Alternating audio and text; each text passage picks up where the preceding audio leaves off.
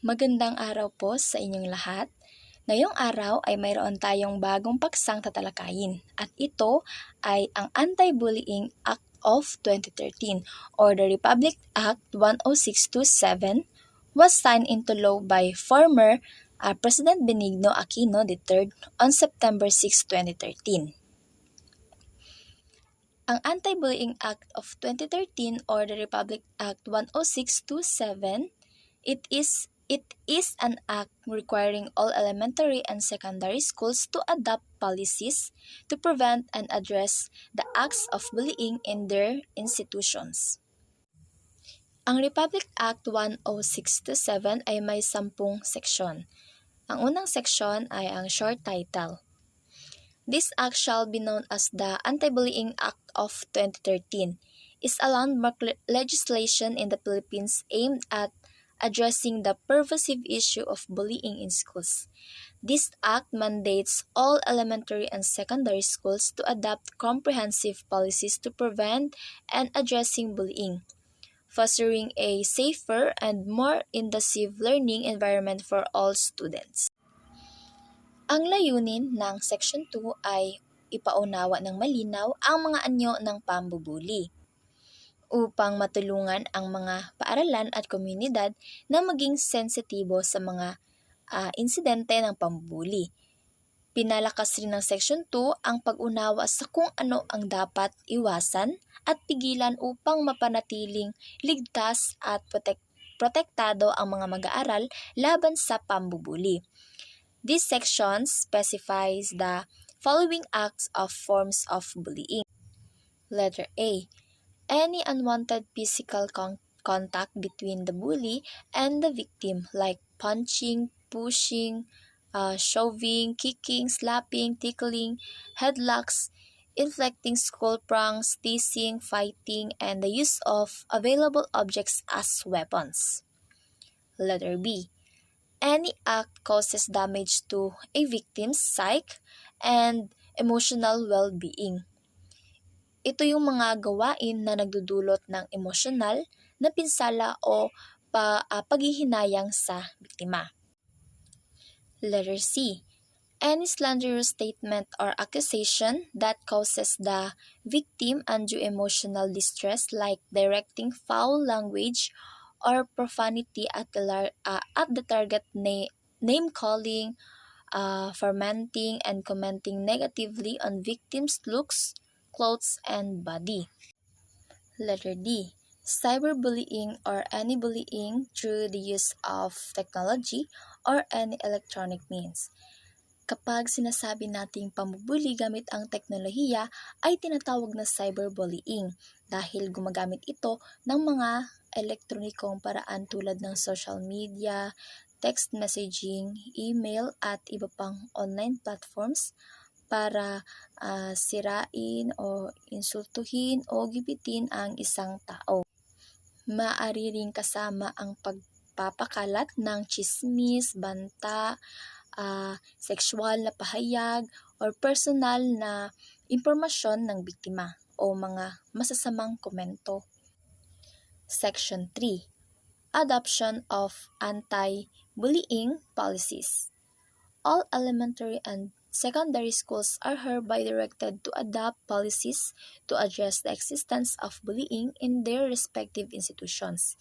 Such policies shall be regularly updated and at minimum shall include provisions which prohibited the following acts. Number 1. Bullying on school grounds.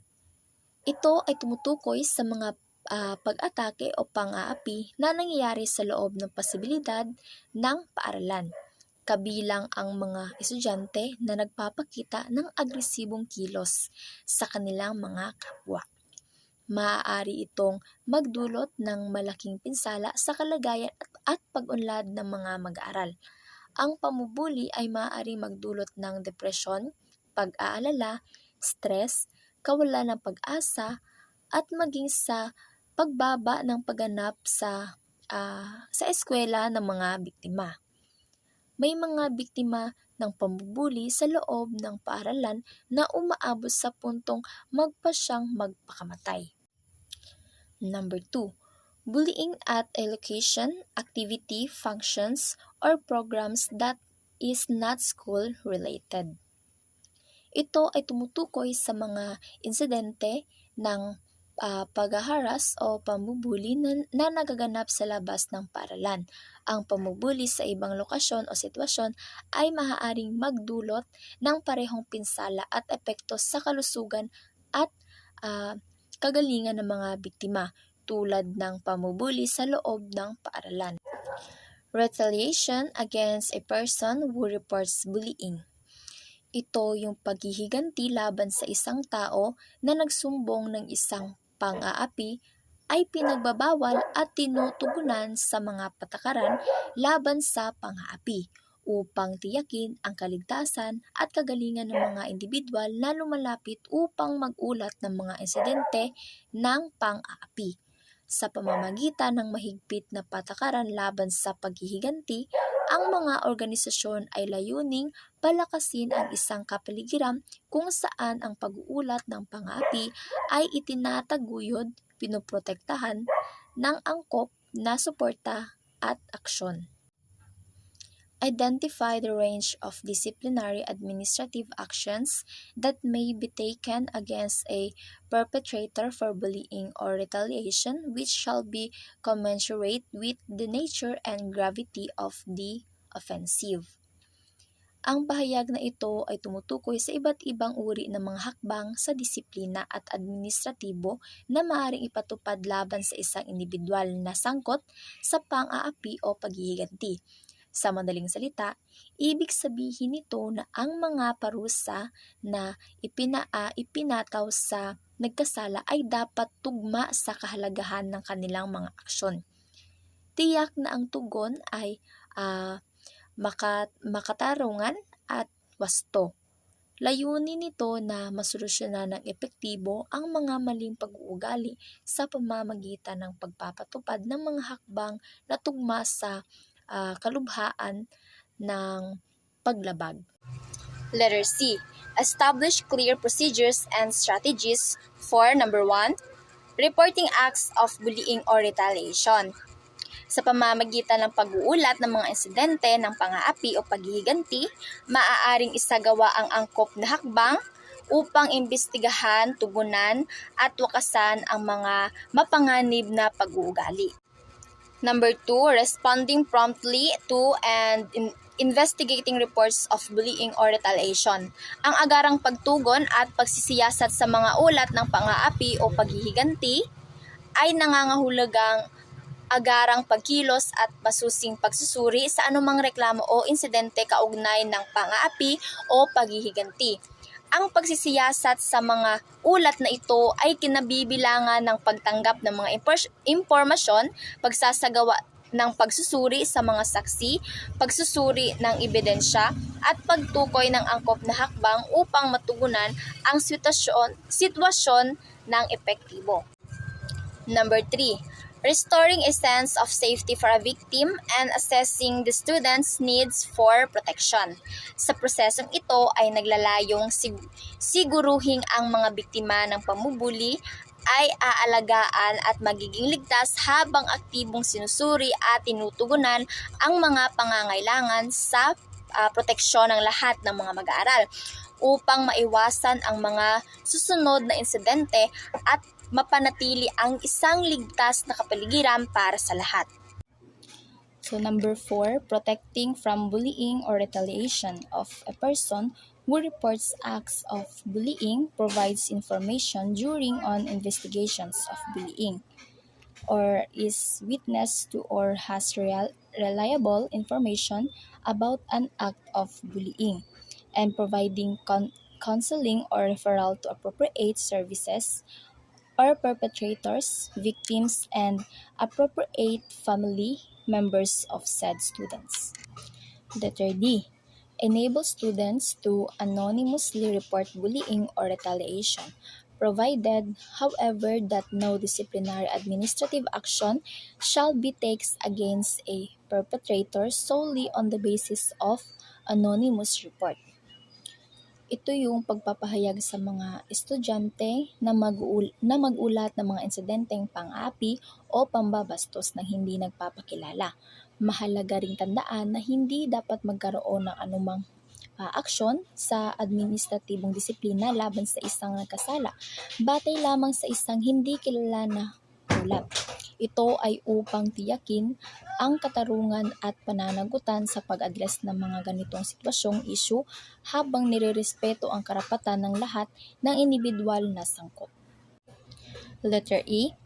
Subject a student who knowingly makes a false accusation of bullying to disciplinary administrative actions and educate parents and guardians about the dynamics of bullying, the anti-bullying policies of the school, and how parents and guardians can provide. Ang paliwanag dito, kung ang isang estudyante ay sadyang nagbigay ng maling akusasyon ng pang-aapi, dapat siyang sumailalim sa mga aksyon ng disiplinang administratibo. Ito ay nagpapakita ng kahalagahan ng pagtugon ng aksyon sa mga maling akusasyon at pagpapanagot sa mga estudyante sa kanilang mga gawa. Layunin nito ang mapanatiling patas at makatarungan na may respeto sa iba.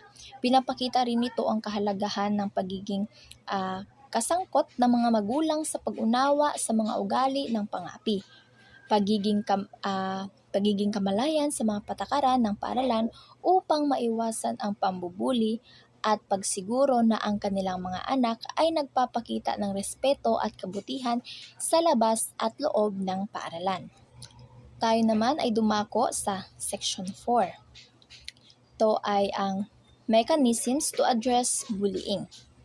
The school principal or any person who hold a comparable role shall be responsible for the implementation and oversight of policies intended to address bullying.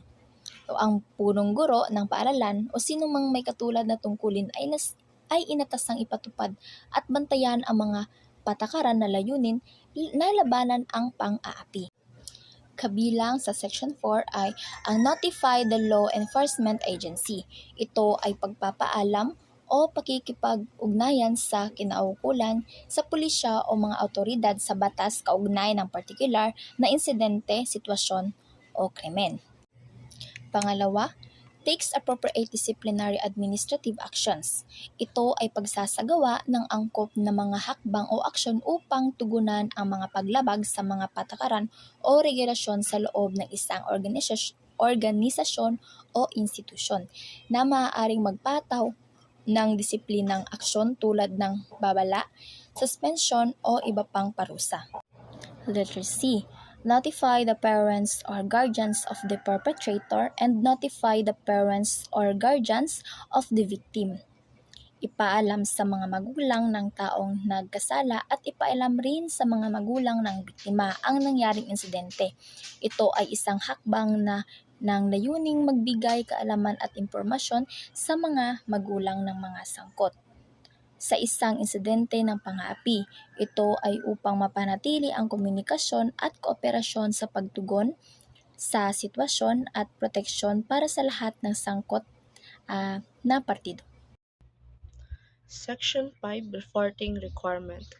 All schools shall inform their respective school division superintendents in writing about the anti-bullying policies formulated within 6 months from the effectivity of this act. Such notification shall likewise be an administrative requirement prior to the operation of new schools, beginning with the school year after the effectivity of this act and every first week of the start of school year thereafter. Schools shall submit a report to their respective school division superintendent all relevant information and statistic on acts of bullying or retaliation.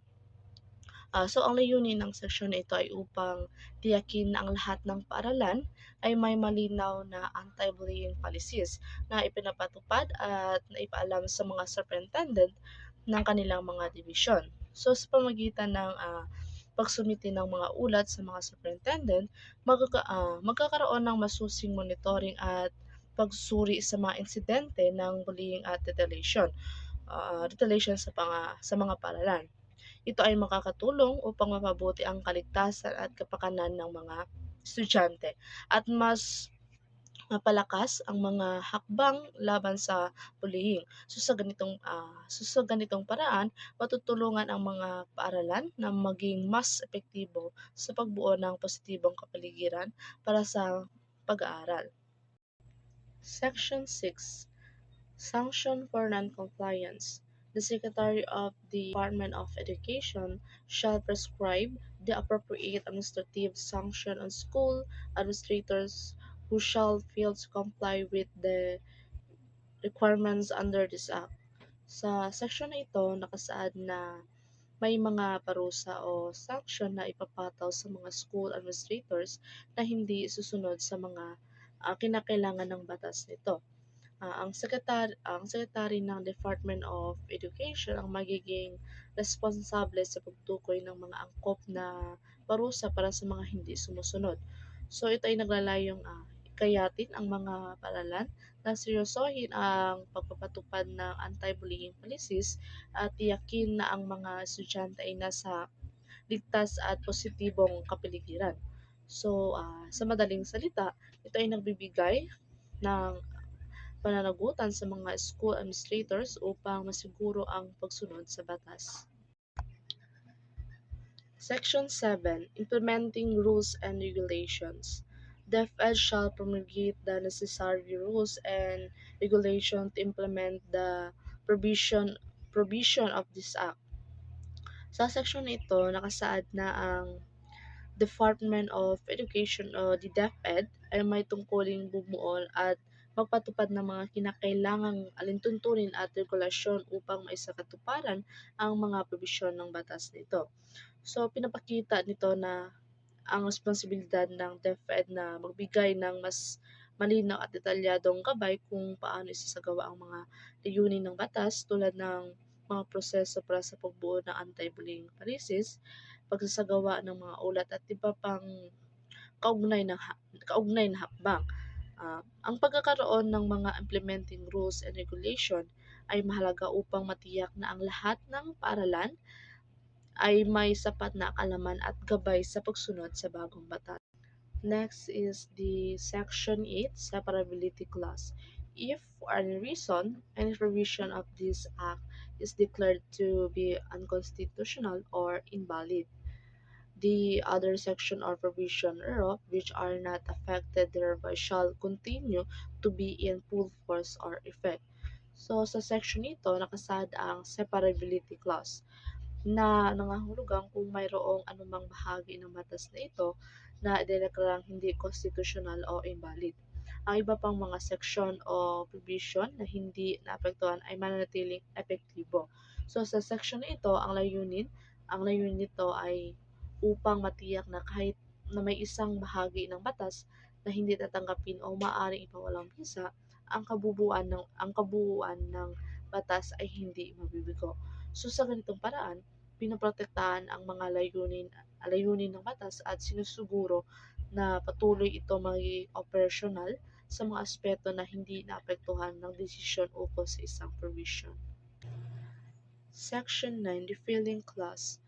All laws, decrees, orders, rules, and regulations, or parts thereof which are inconsistent with or contrary to the provision of this act are hereby repealed, amended, or modified accordingly.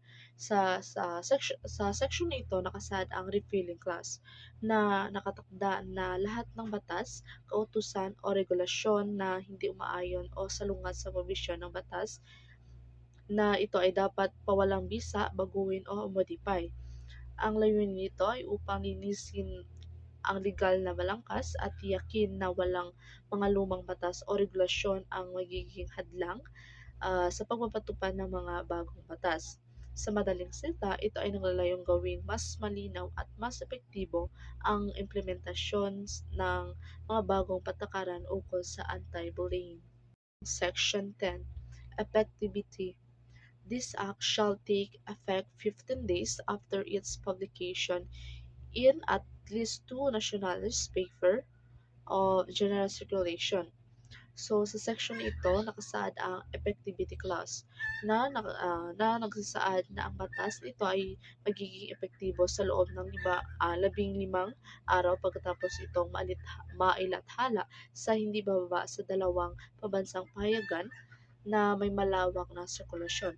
So, ang layunin ng section na ito ay upang bigyan ng sapat na panahon ang publiko, lalo na ang mga paaralan at mga kaugnay na ahensya upang makapaghanda at makapag-ayos ng kanilang proseso at patakaran alinsunod sa bagong batas.